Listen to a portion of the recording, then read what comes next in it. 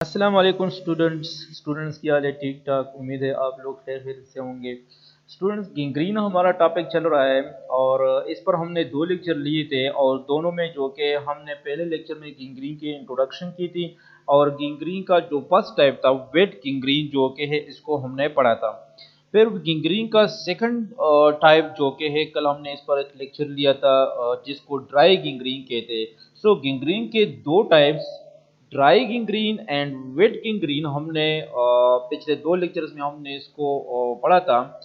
आज जो हमारा टॉपिक है ये गैंग्रीन का तीसरा टाइप है और इसका नाम है गैस गैंग्रीन। तो स्टूडेंट चलो इसको पढ़ते हैं कि गैस गैंग्रीन क्या होता है, किस तरह ये अकर होता है, मैकेनिज्म क्या है, ठीक है ना। सो गैस गैंग्रीन क्या होता है? सो gas gangrene and this type of gangrene. अच्छा, पहले मैं आपको ये बताता चलूं कि इसको गैस गैंग्रीन क्यों कहते हैं। जाहिर बात है, इससे पहले जो हमने दो इसके टाइप्स पढ़े थे वेट गैंग्रीन, तो इसको वेट गैंग्रीन इसलिए कहते थे क्योंकि इसमें जो गैंग्रीन बनता है तो वो वेट होता है। ड्राई में चूंकि ड्राई बनता है तो इसलिए इसको ड्राई गैंग्रीन बनते हैं। मतलब जो इसका जो फिजिकल अपीयरेंस होता है तो इस फिजिकल अपीयरेंस के बेस पर हम इसको नाम देते हैं, ठीक है ना। अब इसको गैस गैंग्रीन क्यों कहते हैं? सो इसलिए इसको गैस गैंग्रीन कहते हैं क्योंकि इसमें गैस की फॉर्मेशन होती है जहां पर वाउंड बन जाता है, यानी जिन टिश्यूज में या टिश्यू के जिस पार्ट में, ऑर्गन के जिस पार्ट में गैंग्रीन बनता है और वहां पर गैस की फॉर्मेशन होती है, तो इसलिए इसको गैस गैंग्रीन कहते हैं। अच्छा, ये गैस किस तरह होता है और ये क्यों बनता है, ठीक है ना, ये आगे हम पढ़ेंगे भी, लेकिन थोड़ा सा मैं आपको यहाँ पर थोड़ा सा शॉर्टकट समझाता हूँ। गैस बनता है बैक्टीरिया की वजह से, यानी बैक्टीरिया की ब्रेकडाउन की वजह से, बैक्टीरिया टिश्यू सेल्स को या टिश्यूज को ब्रेक डाउन करे तो इस वजह से गैस फॉर्मेशन होती है। और मोस्टली कौन सा गैस होता है? तो मोस्टली ये कार्बन डाइऑक्साइड होता है, ठीक है ना। तो गैस की फॉर्मेशन होती है इसलिए इसको गैस गैंग्रीन कहते हैं, क्योंकि जो गैंग्रीन होता है उस पर या उस एरिया में गैस फॉर्मेशन होती है, तो इसलिए इसको गैस गैंग्रीन कहते हैं। So in this type of gangrene, bacterial infection causes necrosis। यानी इस किस्म के नेक्रोसिस में क्या होता है कि जो बैक्टीरियल इन्फेक्शन होता है, बैक्टीरियल इन्फेक्शन, तो ये पहले नेक्रोसिस काज करता है। जाहिर बात है, necrosis is the first step in gangrene. Gangrene में नेक्रोसिस होगा, इन गैंग्रीन नेक्रोटिक टिश्यूज में अकर होता है तो नेक्रोसिस तो जरूर होगा। सो इस किस्म के गैस गैंग्रीन में, यानी इस किस्म के गैंग्रीन में क्या होता है कि सबसे पहले बैक्टीरियल इन्फेक्शन होता है और बैक्टीरियल इन्फेक्शन की वजह से नेक्रोसिस हो जाती है, and then gangrene with abundant gas formation in the tissues. और फिर नेक्रोसिस के बाद क्या होता है कि इसमें गैंग्रीन अकर होता है। गैंग्रीन मैंने आपको गैंग्रीन के डिफिनीशन में पढ़ा था कि बैक्टीरियल इन्फेक्शन होगा, फिर नेक्रोसिस होगा, ठीक है ना, फिर सेकेंडरी इन्फेक्शन होता है इसमें और पुट्रिफेक्शन होता है। तो जब नेक्रोटिक टिश्यूज में सेकेंडरी बैक्टीरियल इन्फेक्शन होता है और इसके साथ साथ पुट्रिफेक्शन भी अकर होता है तो इसको कहते हैं गैंग्रीन। सो पहले क्या हो गया कि बैक्टीरियल इन्फेक्शन हो गया, बैक्टीरियल इन्फेक्शन, फिर बैक्टीरियल इन्फेक्शन के बाद नेक्रोसिस हो गया और नेक्रोसिस के बाद इस नेक्रोटिक टिश्यूज में गैंग्रीन अकर हो गया, ठीक है ना। और गैंग्रीन के बाद क्या होता है कि इसमें एबंडेंट गैस फॉर्मेशन होता है, इसमें गैस की फॉर्मेशन भी होती है, यानी गैंग्रीन प्लस गैस फॉर्मेशन भी हो गया, गैंग्रीन के साथ गैस फॉर्मेशन भी हो गया इसी टिश्यूज में, इसी नेक्रोटिक टिश्यूज में। तो इस किस्म के गैंग्रीन को कहते हैं गैस गैंग्रीन, इसको कहते हैं। Students, I repeat, gas gangrene क्या होता है? इसके नाम से पता चलता है कि गैस गैंग्रीन मतलब इसमें गैस की फॉर्मेशन होती है, ठीक है ना। इस किस्म के गैंग्रीन में गैस की फॉर्मेशन होती है, ठीक है। इसमें क्या होता है? इसमें यह होता है कि सबसे पहले टिश्यूज में बैक्टीरियल इन्फेक्शन होगा, यानी सबसे पहले इन्फेक्शन होगा। इन्फेक्शन के बाद फिर क्या होता है कि इसमें नेक्रोसिस होता है और नेक्रोसिस में चूंकि फिर क्या होता है कि पुट्रिफेक्शन होता है तो बात चल जाती है फिर गैंग्रीन की तरफ। नेक्रोसिस के बाद गैंग्रीन आकर हो गया। गैंग्रीन के लिए ये दोनों स्टेप शर्त है कि पहले इसमें इन्फेक्शन होगा, फिर नेक्रोसिस होगा और फिर सेकेंडरी इन्फेक्शन और पुट्रिफेक्शन होगा और फिर क्या होगा? गैंग्रीन अकर होगा। अब इस किस्म के गिंग्रीन में क्या होता है कि इसमें बहुत ज्यादा गैस फॉर्मेशन भी होती है, एबंडेंट गैस फॉर्मेशन होती है इस टिश्यूज में, नेक्रोटिक टिश्यूज में। तो इस किस्म के गिंग्रीन को कहते हैं गैस गिंग्रीन, इसको कहते हैं। मतलब ये कि जब किसी भी गिंग्रीनस टिश्यूज में गिंग्रीन के साथ साथ गैस की फॉर्मेशन भी उस टिश्यूज में होती है, such type of gangrene is called gas gangrene, इसको कहते हैं। शॉर्टकट डिफिनीशन ये है कि किसी भी गिंग्रीनस टिश्यूज में गिंग्रीन के साथ साथ जब वहां पर गैस की फॉर्मेशन भी होती है तो इसको कहते हैं गैस गिंग्रीन, इसको कहते हैं। मतलब अब यहां पर मैंने नीचे लिखा है गैस गिंग्रीन में क्या होता है, गैस गिंग्रीन में वेट गिंग्रीन होता है, प्लस वेट गिंग्रीन के साथ साथ इसमें गैस फॉर्मेशन भी होता है। मैंने आपको पढ़ाया था कि wet gangrene is the only true gangrene. यानी गिंग्रीन के जो 3 टाइप्स है ना, वेट गिंग्रीन है, ड्राई गिंग्रीन है और गैस गिंग्रीन है। इन तीनों टाइप्स में जो ट्रू गिंग्रीन है वो वेट गिंग्रीन है। ड्राई गिंग्रीन भी ट्रू गिंग्रीन नहीं है, ठीक है ना, सिर्फ वेट गिंग्रीन ये ट्रू गिंग्रीन है। और असल में गिंग्रीन के 2 टाइप्स है, वेट एंड ड्राई। ये जो तीसरा जो गैस गिंग्रीन है असल में ये वेट गिंग्रीन का एक सब टाइप है, ठीक है ना। तो इसलिए हम कहते हैं कि गिंग्रीन के 3 टाइप्स है, वेट, ड्राई एंड गैस। लेकिन गैस गिंग्रीन जो कि ये असल में वेट गिंग्रीन का एक सब टाइप है, ठीक है। सो गैस गिंग्रीन में क्या होता है कि वेट गिंग्रीनस नेक्रोसिस होता है, वेट गिंग्रीन होता है, प्लस वेट गिंग्रीन के साथ साथ जब गैस की फॉर्मेशन भी होती है उसी टिश्यू में तो फिर इसको कहते हैं गैस गिंग्रीन, इसको कहते हैं। सो बहुत इजी है, इसमें कोई चीज मुश्किल नहीं है, ठीक है ना। क्या होता है गिंग्रीन में, गैस गिंग्रीन में क्यों वेट गिंग्रीन होता है। वेट गिंग्रीन पर पहले हमने लेक्चर लिया है, इस गिंग्रीन का पार्ट भी आप देख ले, ठीक है ना। जब वेट गिंग्रीन के साथ साथ उसी नेक्रोटिक टिश्यूज में, उसी गिंग्रीनस टिश्यूज में जब गैस की फॉर्मेशन भी होती है तो इस किस्म के गिंग्रीन को फिर वेट गिंग्रीन नहीं कहते बल्कि इसको कहते हैं गैस गिंग्रीन। और ये वेट गिंग्रीन का एक सब टाइप है, ठीक है ना, या इसको हमने गिंग्रीन में इंक्लूड किया है कि गिंग्रीन की 3 टाइप्स है, वेट, ड्राई एंड गैस गिंग्रीन, ठीक है। तो ये डिफिनीशन था गैस गिंग्रीन का कि गैस गिंग्रीन किसे कहते हैं। Again I repeat, in this type of gangrene bacterial infection causes necrosis and then gangrene यानी necrosis cause होगा, फिर necrosis के बाद gangrene cause होगा with abundant gas formation। लेकिन gangrene के साथ साथ gas formation भी होगा उसी tissues में। So gas gangrene is the wet gangrene plus gas formation, this is called gas gangrene, इसको कहते हैं, ठीक है। सो ये गैस गिंग्रीन का डिफिनेशन था, कोई चीज इसमें मुश्किल नहीं था। इंशाल्लाह मुझे उम्मीद है कि आप लोगों के लिए बहुत ज्यादा इजी होगा। नेक्स्ट स्लाइड की तरफ जाते हैं। प्रीडिस्पोजिंग factors of gas gangrene. Gas गिंग्रीन के लिए जो फैक्टर्स हो सकते हैं, क्या फैक्टर्स हो सकते हैं, प्रीडिस्पोजिंग फैक्टर्स क्या है, ऐसे कौन से फैक्टर्स है जो गैस गिंग्रीन खास करता है, ठीक है ना। So, gas gangrene may follow the contamination of a wound with the spores of pathogenic Clostridia।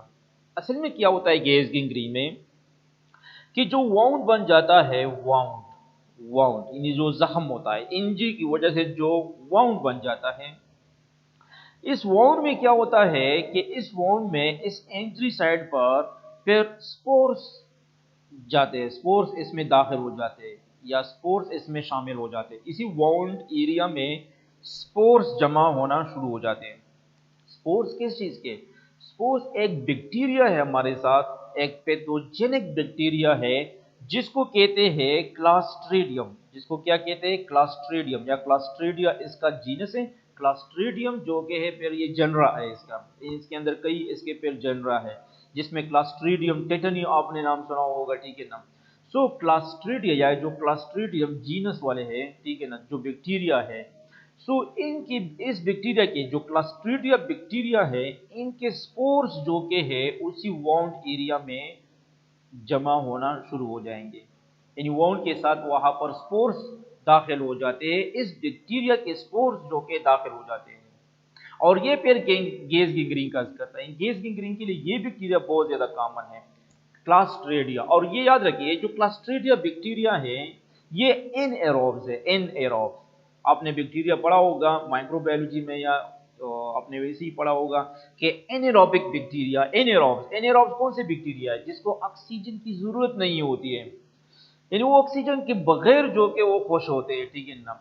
और ऑक्सीजन बाज इसमें ऐसे बैक्टीरिया है, ऐसे एनेरोब्स है कि ऑक्सीजन इसके लिए टॉक्सिसिटी पर बन जाता है। अगर ऑक्सीजन ज्यादा हो जाए या ऑक्सीजन की मुयसर हो, ऑक्सीजन मौजूद हो, तो फिर ऑक्सीजन इसके लिए एक टॉक्सिक चीज होता है, टॉक्सिसिटी काज करता है बैक्टीरिया के अंदर। ये इतने ज्यादा एनेरोबिक है ये बैक्टीरिया कि इसको ऑक्सीजन की जरूरत ही नहीं है, बल्कि ऑक्सीजन जरूरत तो आप छोड़े, ऑक्सीजन इसके लिए एक टॉक्सिक चीज बन जाता है, यानी ऑक्सीजन इसके अंदर टॉक्सिसिटी काज करता है, ठीक है ना। अगर ऑक्सीजन मौजूद हो तो फिर ये बैक्टीरिया टॉक्सिक बन जाता है, यानी खत्म हो जाता है इसकी वजह से। सो क्या होता है, pre disposing factor gas gangrene में क्या है, एक है क्लास्ट्रीडियम, कि क्लास्ट्रीडिया जो कि ये एक ऐसा बैक्टीरिया है कि जब वाउंड हो जाता है, कोई जख्म आ जाता है इंजरी की वजह से, किसी भी इंजरी की वजह से, तो उस वाउंड एरिया में इस बैक्टीरिया जिसको क्लास्ट्रीडिया कहते हैं, इसके स्पोर जो कि वहां पर दाखिल हो जाते हैं, ठीक है ना। और इस वजह से फिर गैस गैंग्रीन काज हो सकता है। The factor essential for spore germination is a reduced oxygen tension। अब इस स्पोर्स की जर्मिनेशन के लिए जाहिर बात है कि यहाँ पर सिर्फ स्पोर्स दाखिल हुए हैं, ठीक है ना। अब इस स्पोर जो कि ये स्पोर जो कि है ये फिर बैक्टीरिया में कन्वर्ट हो जाएंगे, यानी इसकी जर्मिनेशन होगी और ये बैक्टीरिया में कन्वर्ट हो जाएंगे, यानी इसी स्पोर से फिर बैक्टीरिया बन जाते हैं, ठीक है ना।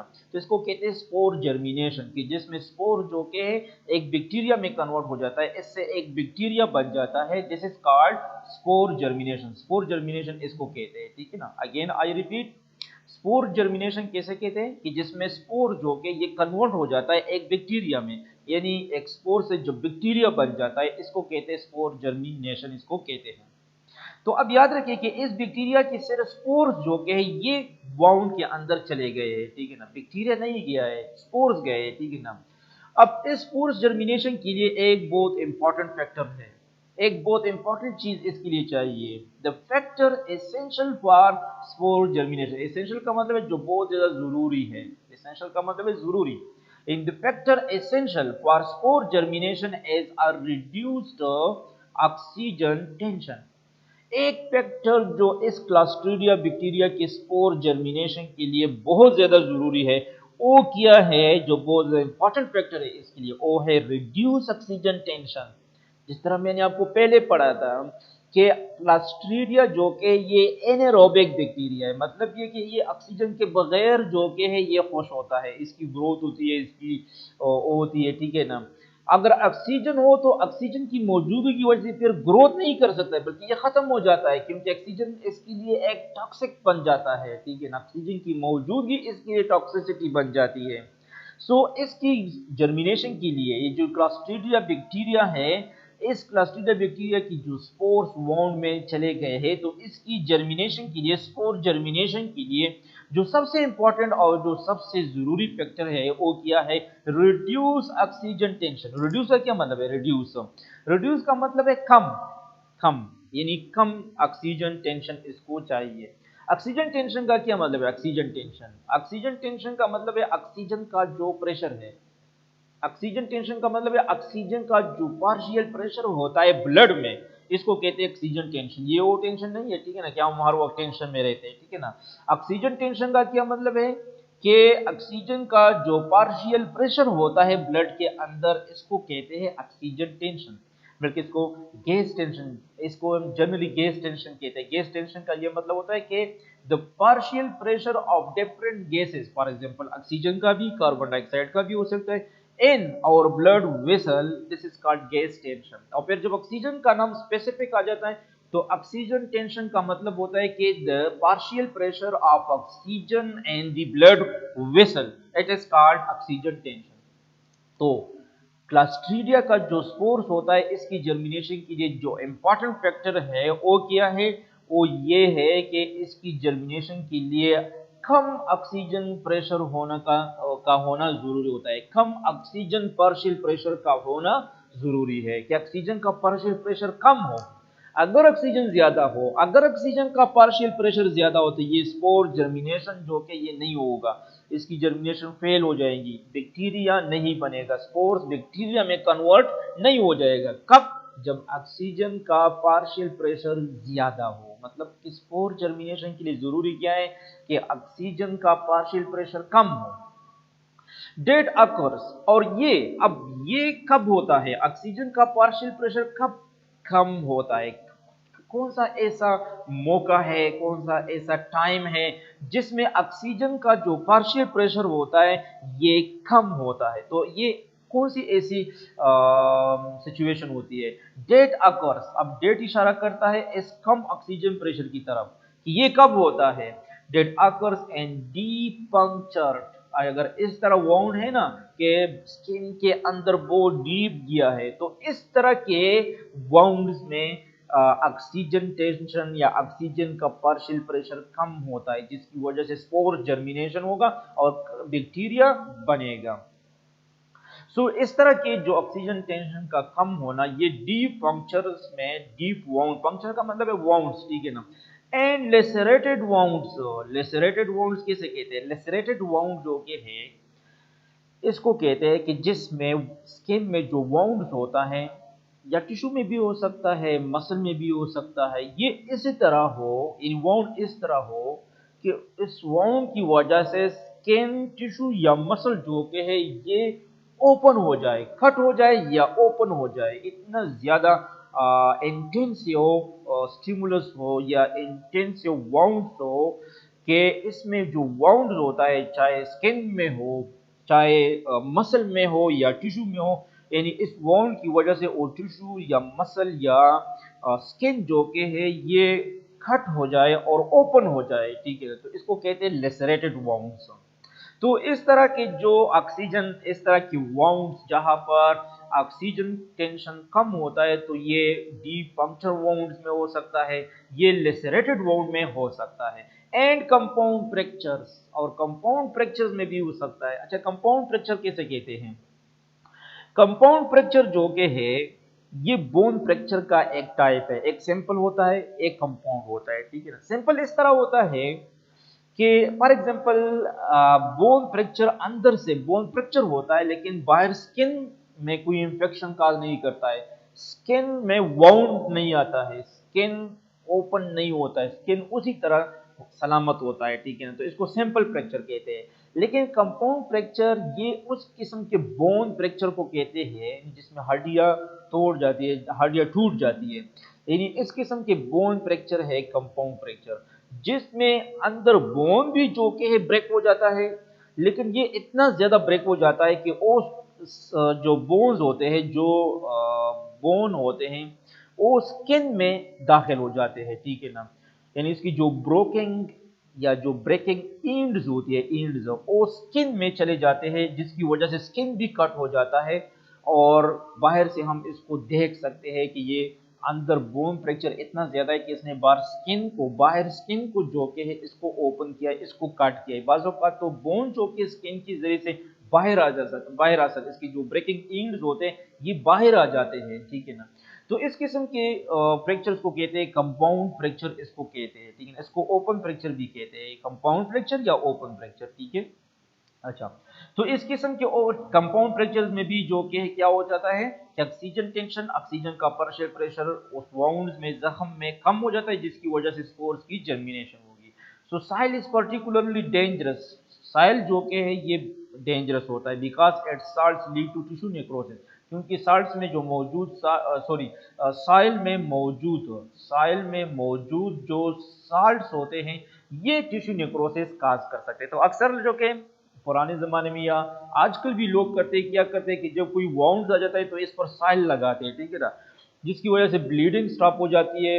उस वक्त तो ब्लीडिंग स्टॉप हो जाती है, लेकिन याद रखिए कि साइल में ऐसे बहुत सारे बैक्टीरिया है, जिस तरह क्लस्ट्रीडियम टिटनी हो गया, ठीक है ना, क्लस्ट्रीडियम परफ्रेंजेंस हो गए, ठीक है ना, कि इसके स्पोर जो के साइल में मौजूद होते हैं। तो जब आप साइल किसी वाउंड पर लगाते हैं तो ये स्पोर्स जो के इसके साथ चले जाते हैं इन्फेक्शन एरिया में, वाउंड एरिया में, जो वहां पर फिर उस स्पोर्स की जर्मिनेशन होती है और फिर क्या होता है, ये बैक्टीरिया में कन्वर्ट हो जाते हैं, ठीक है ना, और फिर इन्फेक्शन बहुत ज्यादा हो जाता है। अच्छा, अब क्या होता है, अगेन आई रिपीट,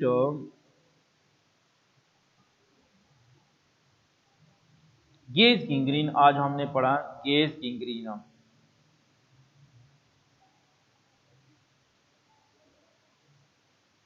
अच्छा, गेज गैंग्रीन हमने पढ़ा। And this type of gangrene bacterial infection causes necrosis and then gangrene with abundant gas formation in the tissue. Gas gangrene जो कि क्या होता है कि वेट गैंग्रीन प्लस इसके साथ जब गेज फॉर्मेशन होती है तो इसको गेज गैंग्रीन कहते हैं। नेक्स्ट हमने पढ़ा कि कौन से ऐसे फैक्टर्स हो सकते हैं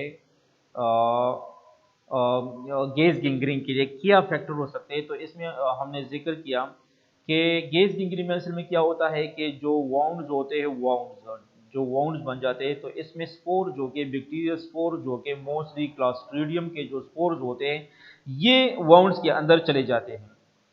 और फिर क्या होता है, जब इसको मौका मिल जाता है तो स्पोर्स की जर्मिनेशन होती है। अच्छा, स्पोर जर्मिनेशन के लिए क्या चाहिए, स्पोर जर्मिनेशन के लिए रिड्यूस ऑक्सीजन टेंशन होना चाहिए, ऑक्सीजन का पार्शियल प्रेशर उस वाउंड एरिया में कम हो, ठीक है ना। और ऐसे कौन से वाउंड्स है जिसमें ऑक्सीजन का पार्शियल प्रेशर कम होता है, तो जो डीप पंक्चर वाउंड्स होते हैं, जो लेसरेटेड वाउंड्स होते हैं, या जो कंपाउंड फ्रैक्चर्स होते हैं बोन के, तो इन तीन ऐसे वाउंड्स है जिसमें जो कि है ऑक्सीजन का जो टेंशन होता है, ऑक्सीजन टेंशन होता है वो कम होता है, तो इसमें स्पोर्स जो जर्मिनेशन होती है, स्पोर जर्मिनेशन के चांसेस ज़्यादा हो जाते हैं, ठीक है।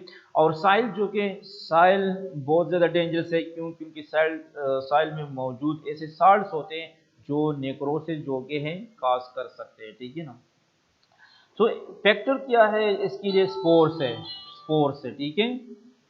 यानी स्पोर्स जो कि है ये वॉन्ड्स में चले जाते हैं जिसकी वजह से फिर वो बैक्टीरिया में कन्वर्ट हो जाते हैं, जिसकी वजह से फिर इंफेक्शन मजीद बढ़ेगा, ठीक है। अच्छा, नेक्स्ट स्लाइड की तरफ जाते हैं। Infection by aerobic organism at the same time serve to produce anaerobic environment that is favorable for anaerobic Clostridia। अच्छा, बाज़ औक़ात इस तरह होता है कि इस दौरान यानी एनारोब भी अटैक किया है, एनारोबिक बैक्टीरिया ने भी अटैक किया है, फॉर एग्जांपल क्लॉस्ट्रीडिया, लेकिन इस दौरान कोई एरोबिक ऑर्गेनिज्म भी आ जाता है, एरोबिक बैक्टीरिया भी आ जाता है और इस वाउंड्स में दाखिल हो जाता है। एरोबिक वो है जिसको ऑक्सीजन चाहिए, जो ऑक्सीजन की मौजूदगी में अपना मेटाबॉलिज्म वगैरह कर सकते हैं, ठीक है ना। तो infection by aerobic bacteria at the same time, अगर इसी टाइम यानी इसी सेम टाइम जिसमें ये एनारोब्स या क्लॉस्ट्रीडिया दाखिल हुआ हो और इसी दौरान एक एरोबिक ऑर्गेनिज्म भी दाखिल हो जाता है इस वाउंड एरिया में, तो इस वजह से एनारोबिक एनवायरनमेंट जो कि मजीद बढ़ेगा, यानी ये मजीद एनारोबिक एनवायरनमेंट प्रोड्यूस करेगा। क्यों? अच्छा, ये क्यों होता है, ठीक है ना। जरा थोड़ा आप यहाँ पर सोचें, तवज्जो दे दे इस पॉइंट को। यानी पहले क्या हो गया है कि anaerobic bacteria for example Clostridium जो कि ये वाउंड के अंदर दाखिल हो गया है, जो एनारोबिक है, ठीक है ना। लेकिन अगर इसी टाइम एक एरोबिक बैक्टीरिया आ जाता है, एरोबिक ऑर्गेनिज्म भी आ जाता है, बैक्टीरिया भी आ जाता है और इस वाउंड में दाखिल हो जाता है, तो इससे क्या हो जाएगा कि इससे जो एनारोबिक एनवायरनमेंट है ये मजीद बढ़ेगा, यानी एनारोबिक एनवायरनमेंट मजीद प्रोड्यूस होगा। क्यों प्रोड्यूस होता है? क्योंकि जो एनारोबिक बैक्टीरिया दाखिल हो गया तो ज़ाहिर बात है कि ये ऑक्सीजन को यूटिलाइज करेगा। एनारोबिक तो ये तो ऑक्सीजन लेता है, ऑक्सीजन यूटिलाइज करता है, तो ये उस रीजन में मौजूद ऑक्सीजन को यूटिलाइज करेगा, ऑक्सीजन लेगा उस एनवायरनमेंट से, उस एरिया से ऑक्सीजन मजीद लेगा, तो वो एरिया या वो वाउंड जो कि वो मजीद एनारोबिक बन जाएगा, एनारोबिक बन जाएगा। तो इसमें इस बैक्टीरिया को एरोबिक भी जो कि मजीद इंफेक्शन काज कर सकता है, लेकिन जो एनारोबिक होता है उसको भी मजीद जो कि है बैक्टीरिया की जो रिप्रोडक्शन होती है, जो ग्रोथ होती है वो मजीद बढ़ेगा, क्योंकि वो एनारोबिक कंडीशन में खुश होता है, ठीक है ना। और एनारोबिक इसके लिए मजीद बढ़ जाता है। क्यों? क्योंकि एरोबिक बैक्टीरिया दाखिल हो जाते हैं और एरोबिक बैक्टीरिया क्या करते हैं कि वो वहां पर जो मौजूद ऑक्सीजन होता है उस ऑक्सीजन को यूटिलाइज करता है, ठीक है ना। तो वो एनवायरनमेंट एनारोबिक एनवायरनमेंट बन जाता है और इस एनारोबिक एनवायरनमेंट में क्लॉस्ट्रीडिया जो कि ये मजीद ग्रोथ करेगा, स्पोर जर्मिनेशन हो जाएगा, तो इंफेक्शन बढ़ेगा। रिजल्ट क्या है कि इंफेक्शन मजीद बढ़ेगा, ठीक है ना। That is favourable for anaerobic clostridia. ये एनारोबिक एनवायरनमेंट, एनारोबिक बैक्टीरिया जो क्लास्ट्रीडिया है इसके लिए फेवरेबल एनवायरनमेंट है, फेवरेबल एनवायरनमेंट है, ठीक है। अच्छा, etiology of gas gangrene. Gas gangrene की क्या काजेस हो सकते हैं? They are two groups of clostridia. Clostridia के दो ऐसे ग्रुप्स हैं जो गेज गिंग्रीन काज करते हैं। एक को कहते हैं सेकोरोलेटिक, एक कहते हैं सेकोरोलेटिक और दूसरे को कहते हैं प्रोटियोलेटिक क्लास्ट्रीडिया। एक सेकोरोलेटिक क्लास्ट्रीडिया और दूसरा प्रोटियोलेटिक क्लास्ट्रीडिया। सेकोरोलेटिक जो क्लास्ट्रीडिया है इसमें दो किस्म के क्लास्ट्रीडिया है जो गेज गिंग्रीन काज कर सकते हैं। एक क्लास्ट्रीडियम परफ्रेंजेंस, दूसरा क्लास्ट्रीडियम सेप्टिकम। ये दो ऐसे क्लास्ट्रीडिया है, दो ऐसे बैक्टीरिया है जो गेज गिंग्रीन काज करते हैं। और दूसरा जो कि ये है प्रोटियोलेटिक, प्रोटियोलेटिक क्लास्ट्रीडियम। और इसमें भी दो ऐसे क्लास्ट्रीडियम है जो इस गेज गिंग्रीन को काज कर सकते हैं। फॉर एग्जांपल, ये मैंने एग्जांपल लिए जस्ट, क्लास्ट्रीडियम स्पोरोजीन, क्लास्ट्रीडियम एस्ट्रोलेटिकम, ठीक है ना। तो दो किस्म के बैक्टीरिया है, दो किस्म के क्लास्ट्रीडिया है जो गेज गिंग्रीन काज करते हैं। एक को सेकोरोलेटिक कहते हैं और दूसरा प्रोटियोलेटिक कहते हैं। सेकोरोलेटिक ऑर्गेनिज्म लिबरेट पावरफुल एक्सोटॉक्सिन्स। क्या होता है कि इसमें जो सेकोरोलेटिक क्लास्ट्रीडियम है, सेकोरोलेटिक, ये क्या करता है? ये एक्सोटॉक्सिन्स लिबरेट करता है, एक्सोटॉक्सिन्स प्रोड्यूस करते हैं और पावरफुल एक्सोटॉक्सिन्स प्रोड्यूस करते हैं, ठीक है ना। यानी एक्सोटॉक्सिन्स बैक्टीरिया से प्रोड्यूस होते हैं और ये वो टॉक्सिन्स होते हैं जो टॉक्सिसिटी काज करते हैं हमारे बॉडी में, ठीक है ना। तो पहले क्या हो जाएगा कि जो सेक्रोलेटिक ऑर्गेनिजम्स है, जो सेक्रोलेटिक टाइप से क्लास्ट्रीडिया का, वो पावरफुल एक्सोटॉक्सिन्स लिबरेट करेगा, प्रोड्यूस करेगा। That produce tissue necrosis. अब इसकी वजह से क्या हो जाएगा? इस एक्सोटॉक्सिन की वजह से, इस एक्सोटॉक्सिन की वजह से नेक्रोसिस प्रोड्यूस हो जाएगा, नेक्रोसिस अकर हो जाएगा। Then proteolytic organisms break down the tissue into putrid products. और फिर क्या हो जाता है? यहाँ पर सेक्रोलेटिक ने काम किया, सेक्रोलेटिक का काम यहाँ पर खत्म हो गया। फिर जो कि क्या हो जाएगा? फिर इसके बाद प्रोटियोलेटिक जो क्लास्ट्रीडिया है ये अपना काम शुरू करेगा। और प्रोटियोलेटिक क्या करता है? प्रोटियोलेटिक जो कि टिश्यूज की ब्रेकडाउन, जिसमें नेक्रोसिस अकर हुआ है, उस टिश्यूज की मजीद ब्रेकडाउन करता है और इसको एक पोर्ट्रेट प्रोडक्ट में कन्वर्ट करता है। पोर्ट्रेट मतलब पोर्ट्रीफिक्शन, पोर्ट्रीफेक्शन काज करेगा, ठीक है ना। तो इसके साथ जो कि इसमें गैस भी लिबरेट होता है, तो इसलिए इसको फिर क्या कहते हैं? गैस गिंग्रीन। तो गैस गिंग्रीन की टियोलॉजी क्या है, काज क्या है? दो किस्म के क्लास्ट्रीडिया है जो गैस गिंग्रीन काज कर सकते हैं। एक को सेक्रोलेटिक कहते हैं, दूसरे को प्रोटियोलेटिक कहते हैं। सेक्रोलेटिक क्या करते हैं? सेक्रोलेटिक जो कि है ये पावरफुल एक्सोटॉक्सिन्स रिलीज करते हैं, ठीक है ना। और ये एक्सोटॉक्सिन्स क्या करेंगे? ये टिश्यू नेक्रोसिस काज करेगा। और फिर यहाँ पर जो कि सेक्रोलेटिक का काम खत्म हो गया, फिर प्रोटियोलेटिक जो क्लास्ट्रीडिया है ये दाखिल हो जाएगा और ये उस टिश्यूज की मजीद ब्रेकडाउन करेगा, क्योंकि उस टिश्यूज के अंदर प्रोटीन की ब्रेकडाउन करता है, इसलिए इसको प्रोटियोलेटिक कहते हैं, ठीक है ना। और ये जो प्रोटियोलेटिक क्लास्ट्रीडिया है ये टिश्यूज को मजीद एक पोर्ट्रेट प्रोडक्ट में कन्वर्ट करेगा, पोर्ट्रीफेक्शन काज करेगा, जिसकी वजह से गिंग्रीन काज हो जाएगा। और चूंकि इसमें गैस भी रिलीज होता है तो इसलिए इसको कहते हैं गैस गिंग्रीन, इसको कहते हैं। सो नेक्स्ट स्लाइड की तरफ जाते हैं।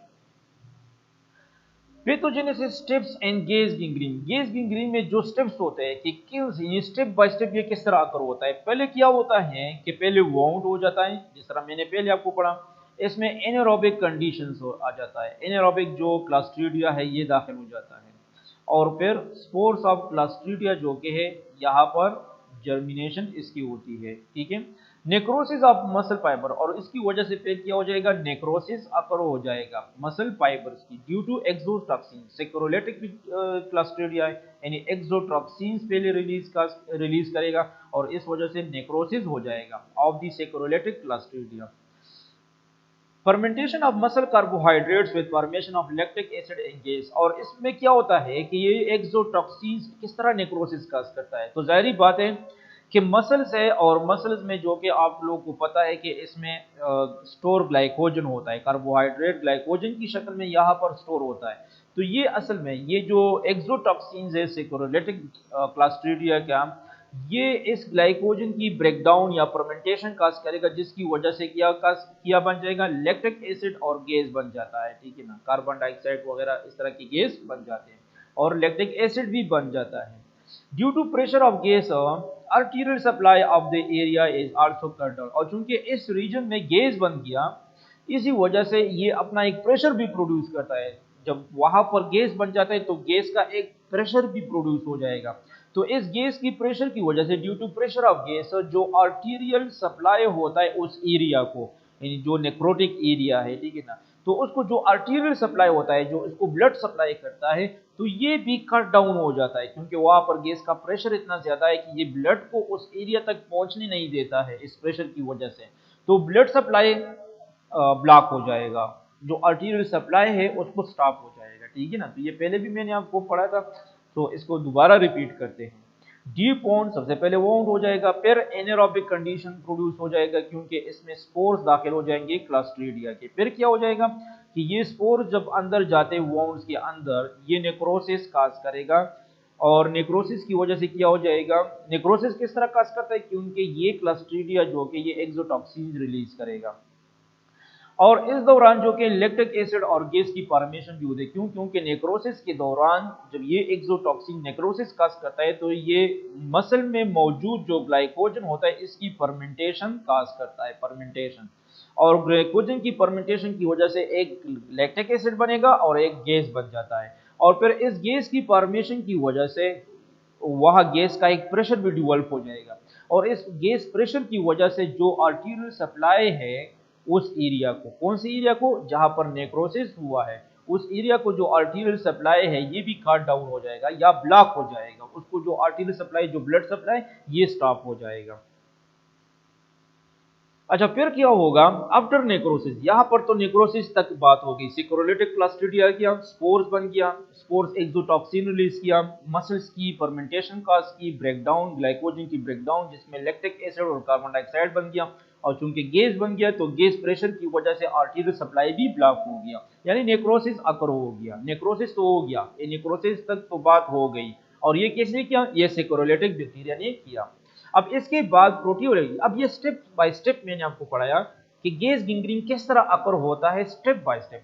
यहां पर सिक्रोलिटिक का काम था, अब प्रोटियोलिटिक क्लस्ट्रीडियम जो कि है अपना काम शुरू करेगा। The proteolytic after necrosis, the proteolytic clostridia decompose the dead muscles which become greenish black. अब प्रोटियोलिटिक बैक्टीरिया आ जाएगा, प्रोटियोलिटिक क्लस्ट्रीडिया आ जाएगा, और जो मसल डेड हुआ है, जो डेड मसल्स थे, उसको कन्वर्ट करेगा, उसकी डिकम्पोजिशन काज करेगा, फर्दर इसकी ब्रेकडाउन या डिस्ट्रक्शन काज करेगा, जिसकी वजह से ये क्या हो जाएंगे, मसल ग्रीनिश ब्लैक में कन्वर्ट हो जाएंगे। कलर इसका क्या होगा, कलर ग्रीनिश ब्लैक में कन्वर्ट हो जाएंगे। अच्छा, ग्रीनिश ब्लैक में क्यों कन्वर्ट, ये कलर क्यों प्रोड्यूस होता है मसल का, due to iron sulphide formation, iron sulphide की फॉर्मेशन होती है। अच्छा, आयरन सल्फाइड की फॉर्मेशन दोनों टाइप्स में मैंने पहले भी आपको पढ़ाया था, ड्राई में भी और वेट में भी, कि आयरन सल्फाइड क्यों बनता है, क्योंकि इसमें पहले क्या होता है कि वहां पर मौजूद जो ब्लड होता है इसकी हिमालिसिस होती है, यानी आरबीसीज की ब्रेकडाउन होती है, तो उससे आयरन रिलीज हो जाता है, ठीक है ना। तो एक आयरन बैक्टीरिया, सॉरी आयरन जो कि आरबीसीज ब्रेकडाउन से आ गया, और दूसरा जो कि है बैक्टीरिया हाइड्रोजन सल्फाइड, जिसको H2S कहते हैं, वो रिलीज करता है, ये बैक्टीरिया रिलीज करता है, ठीक है ना। तो बैक्टीरिया से हाइड्रोजन सल्फाइड आ गया, और आरबीसीज ब्रेकडाउन से आयरन आ गया, तो ये आयरन और हाइड्रोजन सल्फाइड आपस में रिएक्शन करते हैं, और इन दोनों की रिएक्शन के रिजल्ट में आयरन सल्फाइड बन जाता है। हाइड्रोजन सल्फाइड और आयरन आपस में रिएक्शन करेगा, और इसके रिजल्ट में आयरन सल्फाइड बन जाता है। तो जो आयरन सल्फाइड है इसका कलर ब्लैक होता है, तो इसलिए ये नेक्रोटिक टिश्यूज को भी ब्लैक बनाता है, ग्रीनिश ब्लैक बनाता है, ठीक है ना। और बाकी गैंग्रीन की तरह गैस गैंग्रीन भी जो कि फॉल्स स्मेल प्रोड्यूस करता है, ठीक है ना। फॉल्स स्मेल क्यों प्रोड्यूस करता है, वही नाइट्रोजनस इन प्रोडक्ट्स है, जिस तरह पहले मैंने आपको पढ़ाया था कि फॉर एग्जांपल एंडोल है, केटोल है, ठीक है ना। तो इस तरह के कुछ नाइट्रोजनस इन प्रोडक्ट बन जाते हैं जो फॉल्स स्मेल प्रोड्यूस करते हैं। तो नेक्रोसिस के बाद जब सिक्रोलिटिक बैक्टीरिया ने अपना काम किया, तो इसके बाद प्रोटियोलिटिक बैक्टीरिया का काम शुरू हो गया, और प्रोटियोलिटिक बैक्टीरिया ने क्या किया कि जो मसल्स था, जो डेड मसल्स थे, इसकी फर्दर डिकम्पोजिशन की, और ये कन्वर्ट हो गया ग्रीनिश ब्लैक कलर में, आयरन सल्फाइड की वजह से। इस पर मैंने आपको बताया कि आयरन सल्फाइड कहाँ से आ गया, और फॉल्स स्मेल देता है, और फॉल्स स्मेल क्यों देता है, कुछ नाइट्रोजनस इन प्रोडक्ट की वजह से।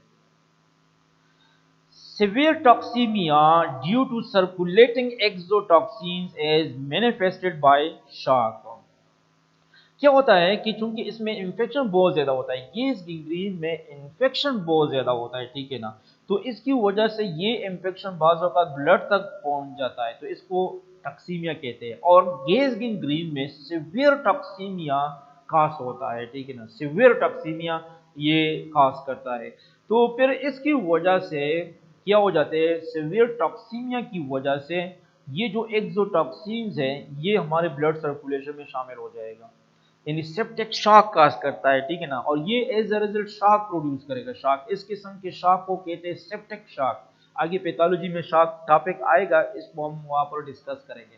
शॉक का एक टाइप है जिसको कहते हैं सेप्टिक शॉक, जो बैक्टीरियल इन्फेक्शन की वजह से जो शॉक आकर होता है इसको सेप्टिक शॉक कहते हैं। तो सिवियर टॉक्सीमिया की वजह से सेप्टिक शॉक भी अकर हो जाएगा। अच्छा, ये तो कुछ स्टेप्स थे गैस गैंग्रीन के, कि gas gangrene step by step किस तरह अकर होता है। अच्छा, गैस गैंग्रीन के कॉमन साइट्स कौन कौन से हैं, यानी कौन से साइट्स में बॉडी में कहाँ पर ये अकर होता है।